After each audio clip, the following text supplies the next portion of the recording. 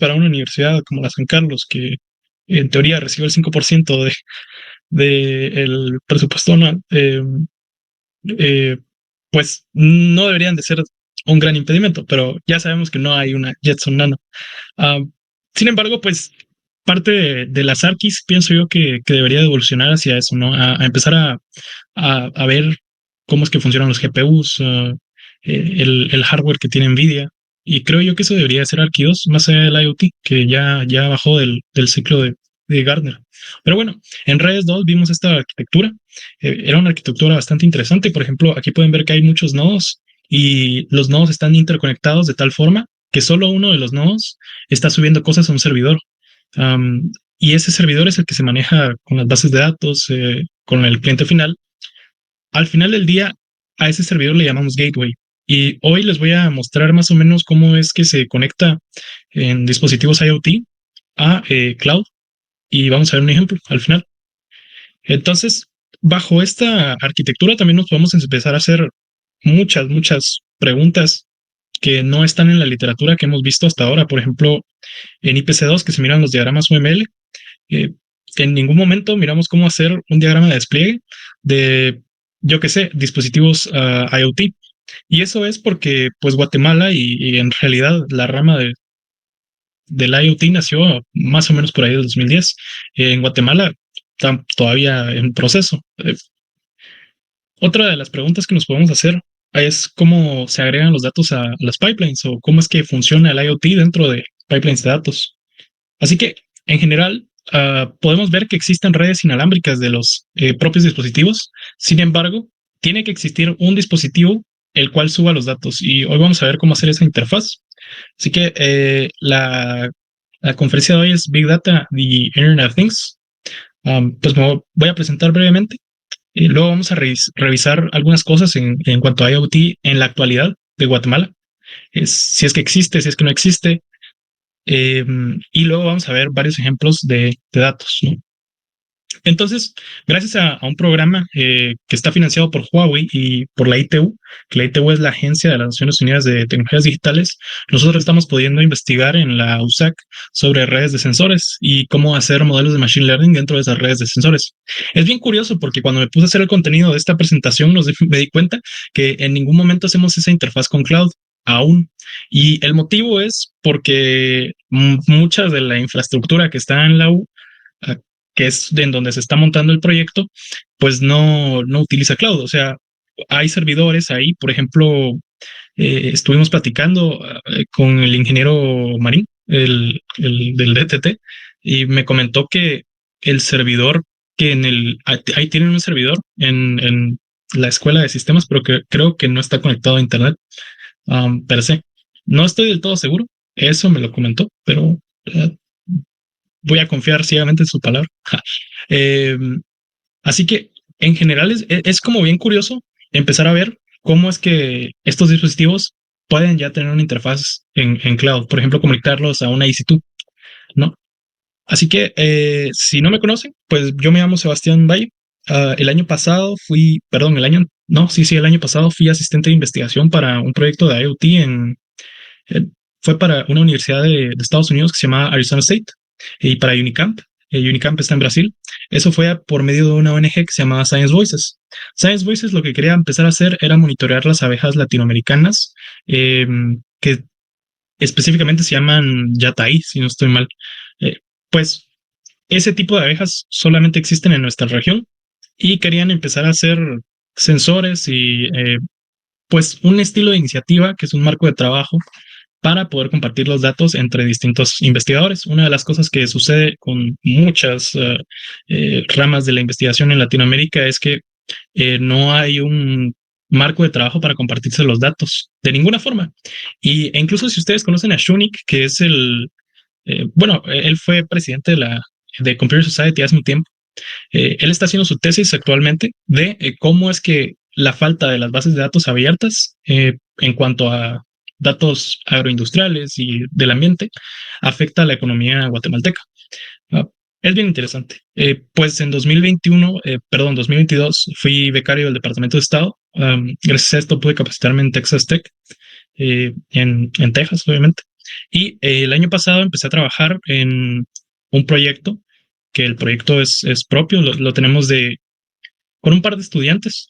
Uno es un ingeniero agrónomo y otra es una ingeniera ambiental. Y este proyecto está siendo financiado por la ITU y por Huawei. Gracias a esto, pues el año pasado pude visitar los headquarters de la ITU, ingeniero. Y nada, personalmente les recomiendo que se metan a la mayor cantidad de programas ahorita, que creo que la mayoría ya va para cierre, o dentro de, ¿qué? A lo mucho 6 meses, cierre, ¿no? Ya con el cierre de Pensum es mucho más fácil ingresar a programas de investigación. Ahorita va a estar abierto uno para Guanajuato, si no estoy mal. Y el costo, eh, creo que ese no tiene costo, es una beca completa. No importa las notas, o sea, la San Carlos es bien especial con las notas, ¿no? De que yo me acuerdo que cuando llegué aquí uno eran 56 y ganaron 5. Entonces, hay excepciones, y la San Carlos lo sabe. Uh, para eso, pues se miden rankings y otras cosas. Pero bueno, un poquito del proyecto que estamos haciendo. Ahorita estamos haciendo una red de sensores. Estos sensores, pues, lo que queremos hacer es que tengan modelos de Machine Learning. Eso se hace por medio de bibliotecas que se llama, bueno, variaciones de TensorFlow, que se llama TensorFlow Lite. Sin embargo, eh, hay bastantes impedimentos para el entrenamiento. Resulta que, pues, después de investigar varias cosas, me di cuenta que en los propios dispositivos se pueden entrenar modelos de Machine Learning. Y lo curioso es que el entrenamiento, el cómputo que se hace, se puede distribuir entre todas las placas. Entonces no hay una necesidad de una computadora per se para que esté entrenando constantemente un modelo, sino que solamente se recolectan los datos y en la propia red se entrenan los modelos, ¿no? Eso, pues, tiene una exagerada gama de aplicaciones. Por ejemplo, si queremos tratar de saber o tratar de sacar índices de qué tanto nitrógeno se está filtrando en el subsuelo. También podemos buscar índices de fertilidad y muchas más. Justo ahorita con los estudiantes de Arqui 2 hicimos una prueba de conectividad de el protocolo. Hay un protocolo que se llama SPNow entre las placas SP32, y llegó a 70 metros. Después, esa imagen no la incluí, pero la semana pasada hicimos otro test con un software que se llama Acrylic. Eso fue también con unos módulos que se llamaban módulos LoRa. LoRa es Long Range. Llegaron a 500 metros, pero como se mueven en la radiofrecuencia de 2.4, eh, son bastante susceptibles. Bueno, no, los LoRa no son 2.4, pero son bastante susceptibles a interferencias. Entonces me acuerdo que estábamos uh, platicando, y me decía uno, es que cuando paso cerca del lugar donde venden crepas se muere la conexión, y probablemente ahí tengan un dispositivo que esté trabajando dentro de esas radiofrecuencias. Pero bueno, antes de empezar a hablar del IoT y las tecnologías, tenemos que saber un poco el porqué de, de la tecnología, y el porqué siempre, casi siempre, si no es un ámbito de investigación, cae en la cadena de valor de una empresa. Básicamente, cómo es que el dispositivo nos va a ayudar o a ahorrar dinero o a generar dinero, ¿no? Y por eso es que el IoT es bien complicado en Guatemala, porque no es escalable en muchos ámbitos. Um, Tal vez el único espacio de empresas en las cuales se podría mover sería en los ingenios por ahora. Así que si vemos a detalle cómo es que el IoT y los datos entran dentro de la cadena de valor, en este caso dice cadena de información, sabremos que al final del día lo que se desea tomar son decisiones, ¿no? Sin embargo, para montar toda esta infraestructura se necesita dinero. Y bueno, por eso es que digamos que el proceso de transformación digital en Latinoamérica es lento.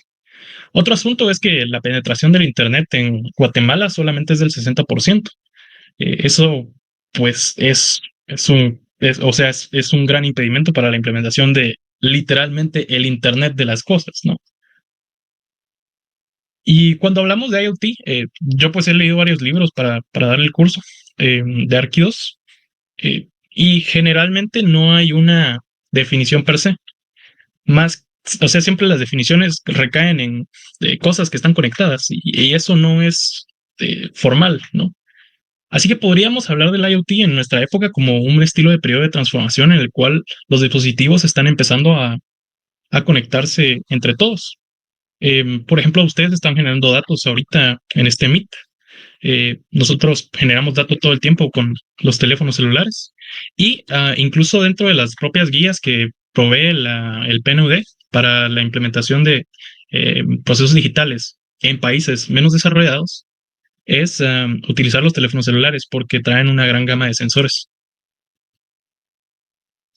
Y bueno, primero que nada, como les había dicho, tenemos que empezar a diferenciar entre los sistemas que están conectados y los que no. Que veamos un poco sobre los conectados, ¿no? Tenemos wearables que son relojes. El año pasado había un grupo del curso de Arquí 2 que lo que quería hacer era un estilo de acelerómetro para, básicamente lo que querían hacer ellos era calcular la velocidad a la que va un nadador, porque pues obviamente la San Carlos no tiene dispositivos los cuales les puedan poner a los nadadores para ver los entrenamientos, ¿no? Eso es un wearable. Y ellos generaban datos y los conectaban a, creo que era una aplicación de React. Me acuerdo que tuvieron que hacer varios cálculos para calcular la velocidad solo con el acelerómetro. Bueno, también tenemos carros, tenemos aplicaciones de hogar y mayoritariamente celulares.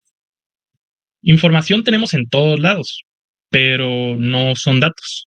Es decir, tenemos una gran gama de cosas que explorar. Sin embargo, no están estructurados de ninguna forma y para eso es que el Internet de las cosas funciona.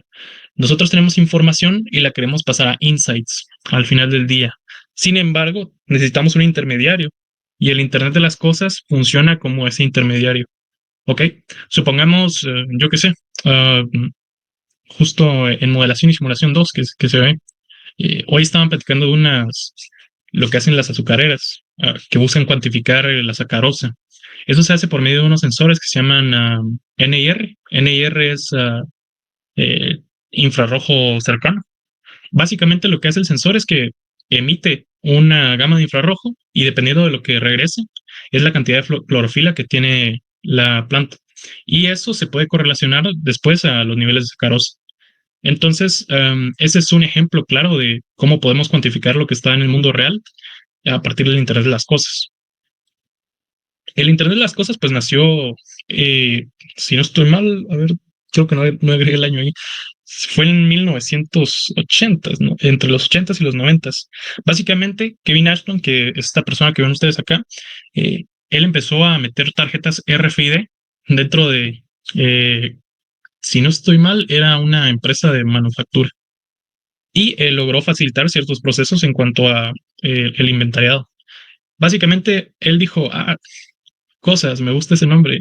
Y ya, o sea, de verdad que la entrevista donde le preguntan solo dice eso, dice que de la nada dijo, ok, se me ocurre que son un montón de cosas conectadas y ya. Y pues el término Internet de las cosas nació a partir de eso. Nació con el RFID, que es lo que se mira pues, en Arquidos ahorita, que ahorita les estamos dejando, les dejamos un proyecto donde se usa esa tarjeta. También es el NFID, no, NFC, perdón. Y si ustedes le acercan a uno de esos sensores su teléfono con el NFC, detecta una lectura. Pero como los algoritmos son distintos, pues no lee lo que espera.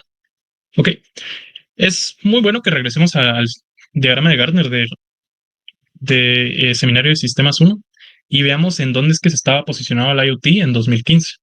¿Por qué? Porque todos, absolutamente todos, cuando hablaban de esta tecnología, decían que en un plazo de tantos años va a haber tanta inversión en el sector. Justo, incluso varias instituciones guatemaltecas estaban diciendo que en 10 años, en 2015, ya estamos en 2025, iba a haber una inversión así inmensa en IoT y pues eso no sucedió. Entonces, es bien importante ver este diagrama y entender en dónde estamos nosotros, primero como país menos desarrollado y segundo también la percepción de la sociedad sobre la tecnología, ¿no?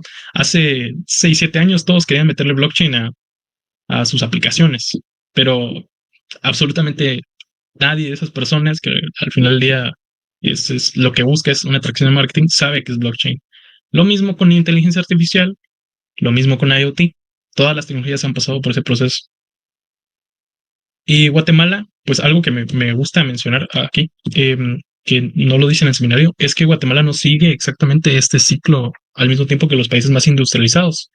Y pues un claro ejemplo es que si nosotros nos metemos a investigar sobre las aplicaciones del Internet de las Cosas en Guatemala, vamos a ver que casi no hay información. O a mí me pasó bastante y cabal, ahorita en la tarde que estaba haciendo la presentación, me metí a investigar sobre el Internet de las Cosas, ¿no? Si había alguna industria por ahí que estaba, o alguna empresa que ya le estaba empezando a hacer. Resulta que sí, mayoritariamente es el sector agroindustrial. Y pues tiene sentido. Al final del día, el sector agroindustrial es el que más atrae eh, financiamiento en muchos aspectos. Um, por ejemplo, la Galileo. eh, y ese es un problema con ChatGPT que voy a explicar después. En sus artículos usualmente pone que estamos haciendo tal cosa, pero no hay un respaldo eh, académico de eso. Ahí es donde vemos el claro ejemplo de el por qué se necesita la investigación. No podemos confiar ciegamente en que se entrevistó a alguien por ahí y que él dijo que sí se estaba haciendo. Irónicamente, cuando buscamos en chat, como ChatGPT fue entrenado bajo el dataset del Internet, si le preguntamos, ¿se está haciendo IoT en Guatemala? Pues dice que sí, porque en tal artículo que publicó tal universidad con el fin de atraer más vistas a la página, dice que sí, ¿no? Entonces hay que ser bien escépticos en ese caso, pero bueno, regresando a esto, este es el dato que les comentaba. En teoría, esto fue ya hace un tiempo el artículo, pero decía que para 2024 la ganancia gracias al IoT en Guatemala iba a ser de 600 millones de dólares. Sin embargo, eso no sucedió. Eh, Creo que aquí tengo el dato. Ok. Utilicé Deep Research también para buscar cómo, o sea, de verdad que es bien difícil encontrar datos sobre tecnologías innovadoras que no sean IE, o sea, que ya no estén dentro de ese hype cycle. Eh, y parte de lo que encontré era que obviamente no se alcanzaron esas proyecciones. Um, si podemos ver aquí en el dato de la derecha, dice que las estimaciones de toda Latinoamérica fueron de 978 millones. Y en las proyecciones que se hicieron anteriormente, pues Guatemala supuestamente iba a tener 600 millones, o sea, 2/3 de lo que de verdad fue. Um, entonces, nada, un pequeño recordatorio. Pero bueno, hablando un poco sobre qué aplicaciones hay de IoT en Guatemala, um, también en algunos artículos de la Galileo se mencionaba que si se estaban empezando a montar redes LoRa, y claro, no, eso, o sea, no encontré ningún ámbito académico. Lo que sí encontré fue de fog computing, que es una forma distinta de cloud. Ese paper lo fueron a presentar el año pasado a una conferencia en Panamá, unos estudiantes de la MAR. Ok. Entonces, como les estaba comentando, aquí en Guatemala lo que se está haciendo, que no es exactamente Internet de las Cosas, porque solamente se utilizan sensores que no se conectan a Internet, es que se hace una evaluación de pérdida de la sacarosa. Básicamente, cuando ustedes cortan la caña de azúcar, esta empieza a perder la sacarosa por las plantas, así en términos no científicos, cuando uno las corta, no es como que se mueran, es que se empiezan a consumir a ellas mismas para mantenerse vivas. Entonces, eso sucede con el azúcar. Cuando vemos los camiones que están pasando así con caña de azúcar, se está consumiendo a sí misma. Entonces es bueno cuantificar qué tanto se consume desde que se cortó hasta que llega al punto donde tiene que ser utilizada, o sí, eh, para saber la pérdida. Así de simple. Y bueno, esto nos sirve para optimizar otras cosas, para reducir la cantidad de pérdida monetaria que va a tener la empresa o optimizar ganancias. Entonces, ese es el porqué de los sensores y de la capa física y de todo relacionado a la IoT.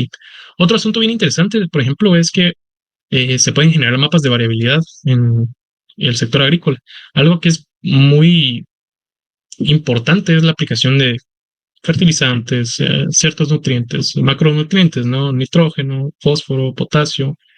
Por ejemplo, el nitrógeno, no estoy del todo seguro, pero en las plantas, cuando están muy verdes las hojas, es como se refleja una buena cantidad de nitrógeno. Entonces, es importante que tengamos mapas en los cuales veamos todo un campo, por ejemplo, cuáles sectores necesitan más de ciertos macronutrientes y cuáles no. Para eso es que puede ser utilizado la IoT también, aquí en Guatemala. Ok, entonces, luego de revisar un poco sobre las fuentes con Deep Research y algunos papers, las conclusiones son bastante certeras en cuanto al Internet de las Cosas. Primero que nada, pues en Guatemala no hay Internet de las Cosas, o sea, la ciencia no existe tanto porque no hay una penetración de Internet concisa. Estamos en una fase temprana de adopción todavía. Los costos de implementación son altos. Cuando hablamos de que el Internet de las Cosas no es tan escalable, usualmente los dispositivos tienen que ser independientes así por mucho, porque si no son independientes, entonces tiene que ir un técnico a repararlos cada vez que suceda algo.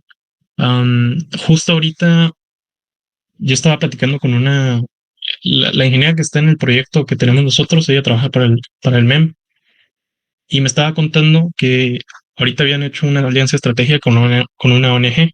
Esta ONG lo que buscaba era entrenar a personas en una región que no tenía conectividad a Internet y de bajos recursos para que supieran cómo conectar paneles solares y cómo repararlos si es que se arruinasen. Entonces, ese es un punto. O sea, se puede entrenar a la gente sobre los dispositivos. Sin embargo, también, o sea, si logramos bajo un proceso de negocio, requiere dinero, ¿no? Por eso es que no es tan escalable, ¿ok? Y aparte, también la persona correcta, encontrar a la persona correcta para que pueda educar a la gente es relativamente difícil con tecnologías innovadoras. Justo, permítame, vamos a mostrarlo. Um, Aileen, Juliana. Ahorita, en el programa en el que estuve, había una de las estudiantes, se llama Aileen. Aileen, era de Bolivia. Ella tenía, creo que aquí está. Ok. Básicamente lo que hizo ella es que existen ciertos tipos de sistemas de archivos que pueden ser utilizados en hospitales. Ok. Entonces, ella facilitó con su proyecto que se llama Weaver. Aquí, leámoslo. O sea, una plataforma diseñada para democratizar el acceso a diagnósticos médicos de calidad, permitiendo que los hospitales y centros de salud, incluso comunidades desfavorecidas, puedan almacenar y gestionar y visualizar imágenes médicas de manera eficiente. Es un sistema de archivos. En la medicina, por ejemplo, no se puede, en la medicina no se pueden utilizar cualquier tipo de sistema de archivos. Es bien difícil entrar a los campos de medicina en cuanto a tecnología porque usualmente requiere muchas certificaciones. Por eso es que los medicamentos son caros. Ese es uno de los puntos. Entonces, vamos a ver, por acá está una fotografía de ella. Hasta el final, donde estaba presentando. Básicamente era que los médicos pudiesen tomarle fotografías a los, a- pues a las radiografías. Uno de los problemas que ella tuvo bajo la implementación fue que él estaba buscando un developer de Python que supiese de inteligencia artificial, machine learning, y el proyecto se atrasó por eso. Me acuerdo que me lo comentó. Se le atrasó porque no podían encontrar el material humano necesario. Entonces, cuando hablamos de ramas que son relativamente innovadoras, también tenemos que considerar eso, y que la gente que sí sabe de esos campos, obviamente cobra más. A ver, aquí está. Pero bueno, aquí es donde cae la falta de talento calificado. Y aquí es donde caemos nosotros. O sea, al final del día, quienes empujan la ciencia, las ramas, o sea, me dio mucha risa un comentario que hizo un amigo hace, creo que el jueves de la semana, o fue el sábado de la semana pasada, fue la reunión de auxiliares em, para Cocosis, que es la metodología mira rara, y me decía, el conocimiento de la facultad, o sea, de la escuela de ciencias y sistemas, el conocimiento de la carrera está en 100 personas. Y al menos de esas 100 personas de la reunión, creo que 80 son auxiliares. O sea, todo el conocimiento de la carrera está en 80 personas ahí. Y al final del día, a pesar de que Guatemala es un país pequeño y existen muchas universidades, es así. O sea, todos nosotros somos los que, a partir de la curiosidad y de investigar y leer papers, alzamos de poco a poco esa vara, ¿no? En cuanto a investigación. Entonces, ¿qué se puede aprender? Al menos en el caso del IoT, mucho sobre normas ISO, porque pues se trabaja bastante con industriales. El ingeniero de Modela 2, César, trabaja mucho en este campo. Él, no estoy seguro, no estoy del todo seguro. ¿Alguno de ustedes ha ido a la cosechadora, el simulador de la cosechadora de Grupo Tecún? Pues Grupo Tecún es el que está metiendo más inversión en gemelos digitales ahorita. Gemelos digitales, un gemelo digital es levantar una copia igual a la de lo que se desea hacer. Por ejemplo, podemos tener un tubo por el cual pasa producto de diésel o yo que sé, algún estilo de gasolina. Si metemos sensores en los cuales se mide el flujo, ya podemos tener un gemelo digital de el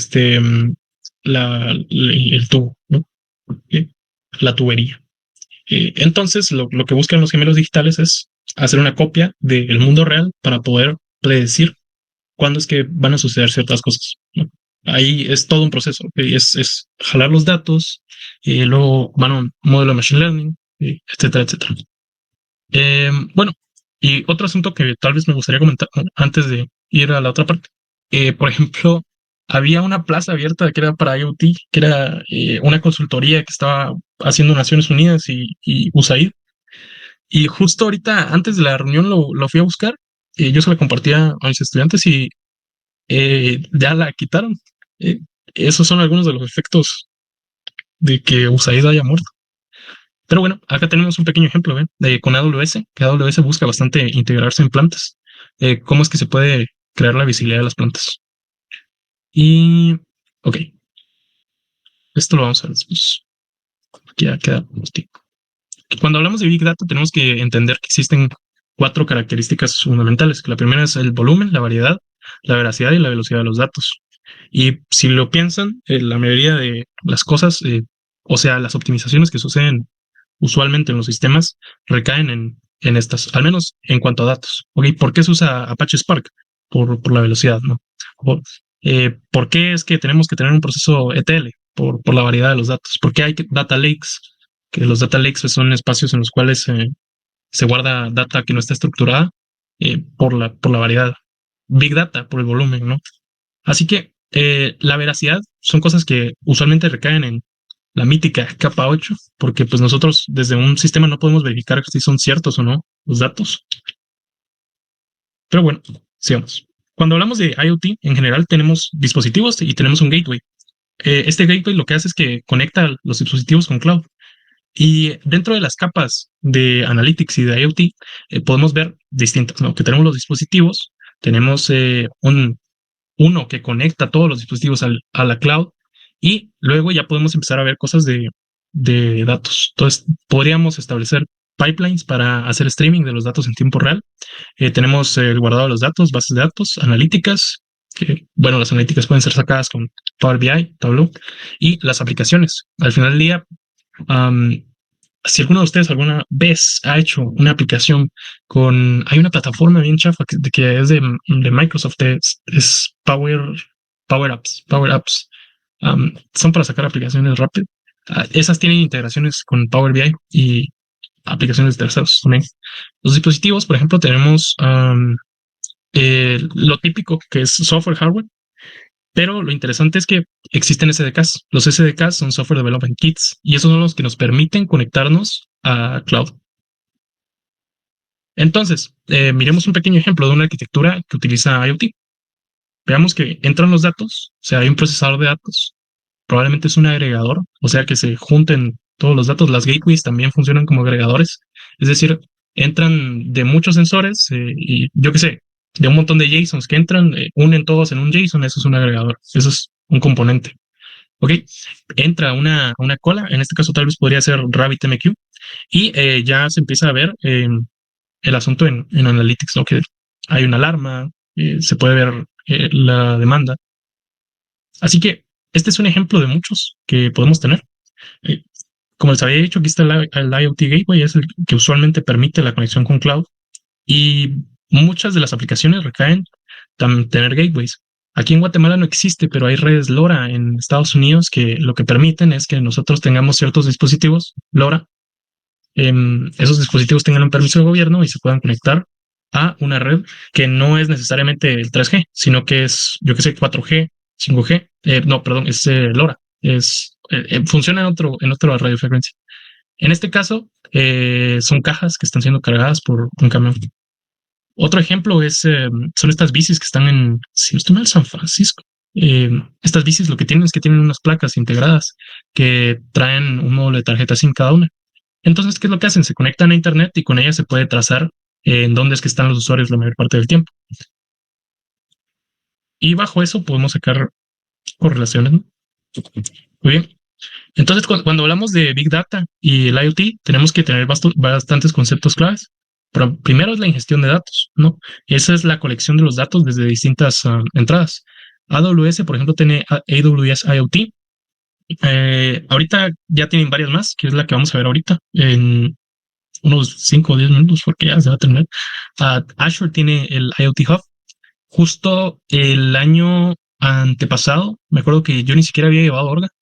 Yo monté una arquitectura con IoT Hub y se usa Stream Analytics, que se ve acá, ¿ok?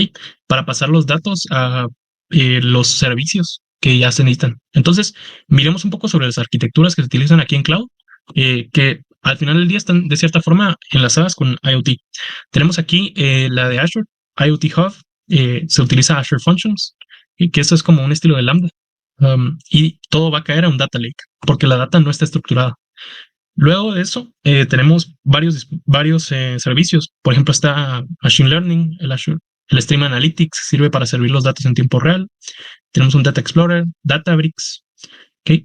Y después de eso tenemos las bases de datos, que en este caso está SQL, Cosmos DB, Azure Redis y el Event Hub. Y al final del día, la capa de aplicaciones o analíticas en donde se puede tener Power BI y aquí usa Functions, pero es para servir estos modelos de Machine Learning que se están entrenando. Así que arquitecturas con esto se pueden montar muchas, pero lo primero es recolectar los datos desde la capa física. Ok, tenemos un data lake. Un data lake sirve para tener el guardado de datos que no están estructurados. Necesitamos computación. Usualmente el tener muchos datos requiere poder de cómputo. Eso lo agregué porque en la clase de Arqui estaba dando Machine Learning. Tenemos un Data Warehouse, que es el concepto que ya se ve en Arqui 2 en Semi 2, desde ya bastante. Y la presentación, la capa de presentación. Podemos ver aquí, por ejemplo, cómo es que funcionan ciertas pipelines. Las pipelines se difieren usualmente también por si están en tiempo real o si son por medio de un batch, es un conjunto, ¿ok? Podríamos decirlo así.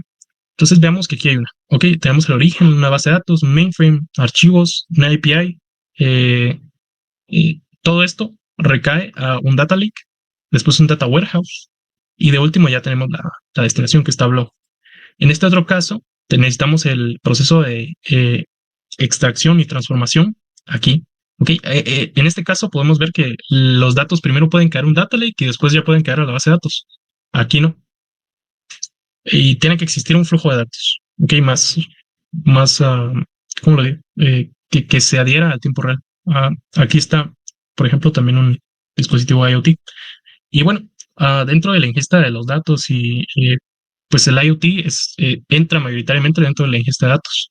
veamos las etapas, ¿no? Otra vez, pero ahora con sus funciones y algunos ejemplos. Tenemos la ingesta de datos, que tenemos la captura de datos crudos desde, por ejemplo, sensores o APIs, MQTT, HTTP, Kafka, IoT Hub, que pues usa sus propios protocolos, un preprocesamiento, AWS, Lambda, Azure Functions, PySpark, procesamiento, pues el cálculo o ciertas agregaciones que se van a hacer a los datos.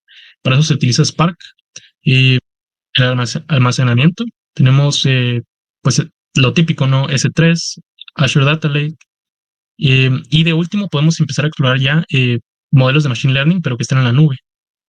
Y bueno, si queremos ver un breve resumen de todas las arquitecturas que se pueden hacer en AWS que van referentes a IoT, tendríamos esto. Si lo pueden ver, aquí está el AWS IoT Analytics y aquí está la capa en la cual se recuperan dispositivos, los datos de dispositivos.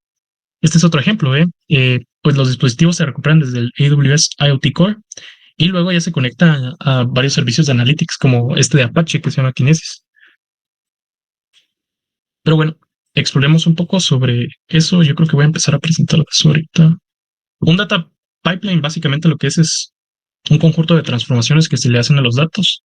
Es todo el procesamiento que va desde la recuperación o la ingesta hasta la capa de aplicaciones. Básicamente esto sirve para aumentar, bueno, crear data pipelines que son buenas, nos sirven para las típicas utilities, que son los atributos de calidad en el servicio de software. Tenemos la reliability, la scalability y maintainability. Otro asunto que también podemos poner aquí es la interoperabilidad de los servicios. Ok. Y aquí hay un caso. Un caso fue el de Twitter. Ok, básicamente Twitter antes hacía la inserción en si no estoy mal, de los tweets de esta forma, con tablas. Y llegó un punto en el cual eran tantos datos que tuvo que cambiar a un proceso de colas, dependiendo de qué tan grandes eran los tweets. Y bueno, pues aunque este solo es una breve introducción a las pipelines de datos, pues hay un libro que se llama Diseñando, permítanme, se lo voy a mostrar y también de una vez ya voy a mostrar el ejemplo de AWS. Okay. El libro se llama Designing Data Intensive Applications.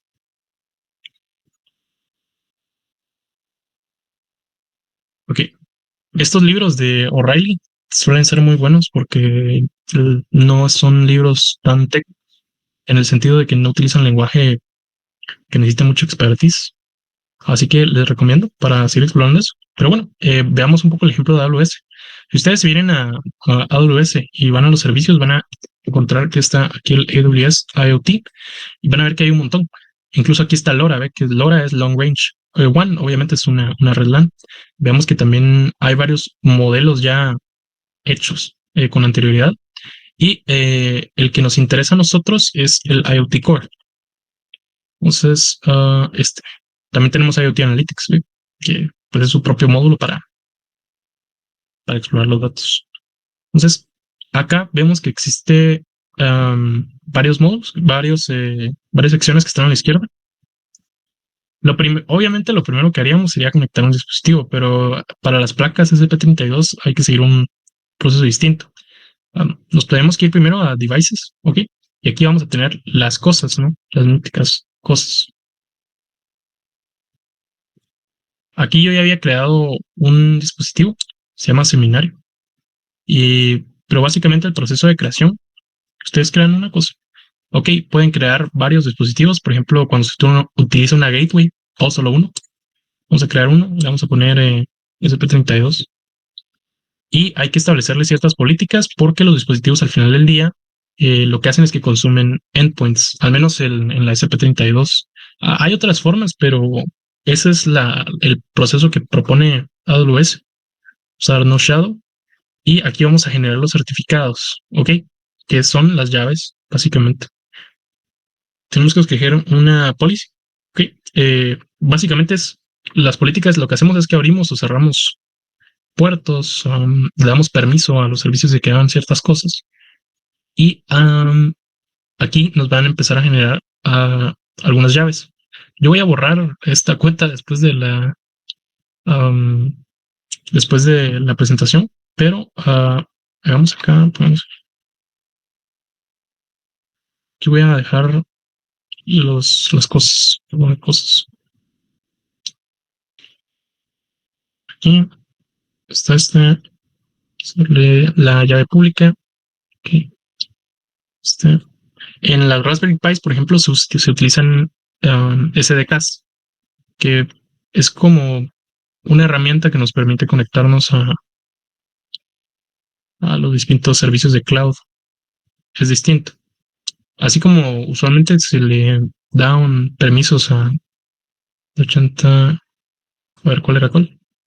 Segunda, esta es privada, privado,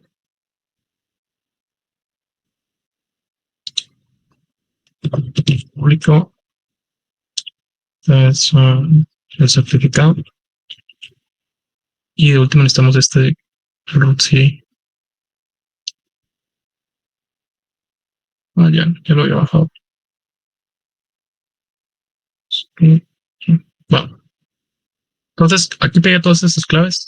Son bastante útiles para el código que vamos a ver en la ESP32. Si nos vamos aquí, que pues para programar microcontroladores se pueden utilizar múltiples plataformas. Hay también frameworks para programar sistemas embebidos. Por ejemplo, se conecta a mi internet y va a subir los datos a la nube con estos topics, que son los que se ven con MQTT. Lo único que tenemos que hacer es establecer los valores de las llaves. Aquí ponerle los valores de las llaves que descargamos. Así que este era el público, si no estoy mal. Me está pidiendo el de California. Este es un no. Bueno, es tan fácil como copiar esto y pegarlo. Ok, copiamos, lo pegamos. Luego nos vamos al certificado de. Si no,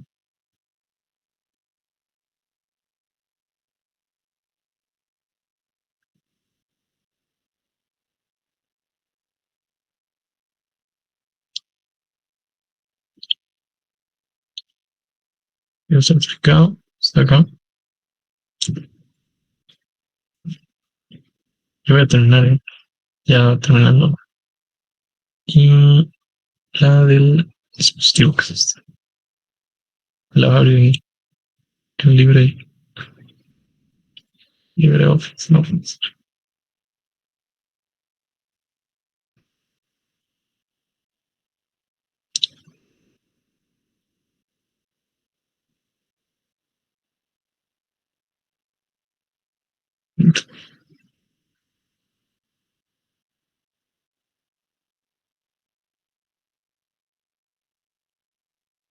ok, seguiste.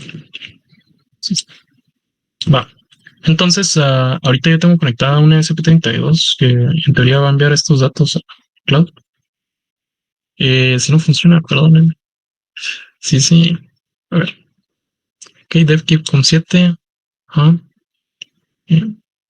A ver si es el puerto.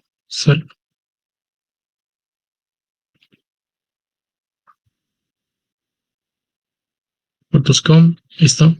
Uh-huh.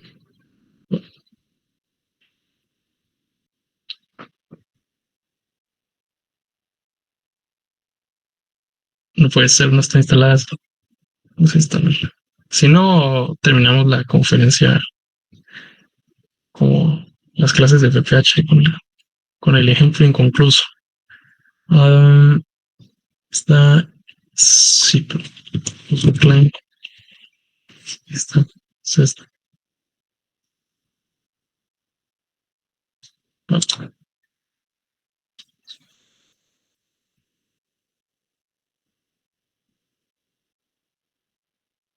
Ok, toma su tiempo. Mientras tanto, me gustaría mencionarles ya para ir terminando que ahorita colaboramos desde Computer Society, que es una organización de voluntarios, con el PMI. Ok, El PMI es el Project Management Institute y es donde ustedes pueden sacar las certificaciones del CAPM y el PMP. Son para manejo de proyectos en general y tenemos acceso a networking, a eventos, a algunos eventos internacionales. Ahorita va a haber un evento en la Antigua que la entrada cuesta $300, si no estoy mal. Entonces, si alguien quiere ser parte de esta iniciativa, pues le voy a pasar un formulario a Chris para que nos ayude. Gracias a Texify, que es una empresa que es una edutech de Guatemala, pues también pudimos nosotros emitir certificados con algunas conferencias que se estuvieron dando dentro de todo lo de ESIS. Son certificados que también van a traer un QR para que lo puedan publicar en LinkedIn y se ven así. Entonces, yo le voy a pedir a Chris los correos de todos ustedes, los que estuvieron aquí en la conferencia, y se les va a hacer llegar por correo. Los colaboradores fueron el PMI, una empresa que se llama Lumal, que nos está ayudando con unos temas de investigación, Texify y la ITU y Huawei. Es algo de bastante valor. Y bueno, como ya no cargó el código de la placa, ahí está, ahí está. Ok, a ver si me deja, es que ya no me acuerdo cómo se carga. Bueno, dejemos ahí la conferencia. Creo que este cable que estoy usando está muy bueno. Le voy a echar la culpa al cable. Si alguno de ustedes quiere indagar en temas de investigación o algo por el estilo, me puede escribir. También ahorita vamos a hacer una serie de conferencias, van a estar hechas por un estudiante de sistemas que son de mujeres para mujeres, ah, porque pues esa comunidad es inexistente en sistemas. Así que si les interesa, por ejemplo, hacer un proyecto de investigación, yo que sé, publicar un paper, me pueden escribir a mis redes sociales o yo les dejo el link. Y creo que ahí lo voy a dejar, Chris.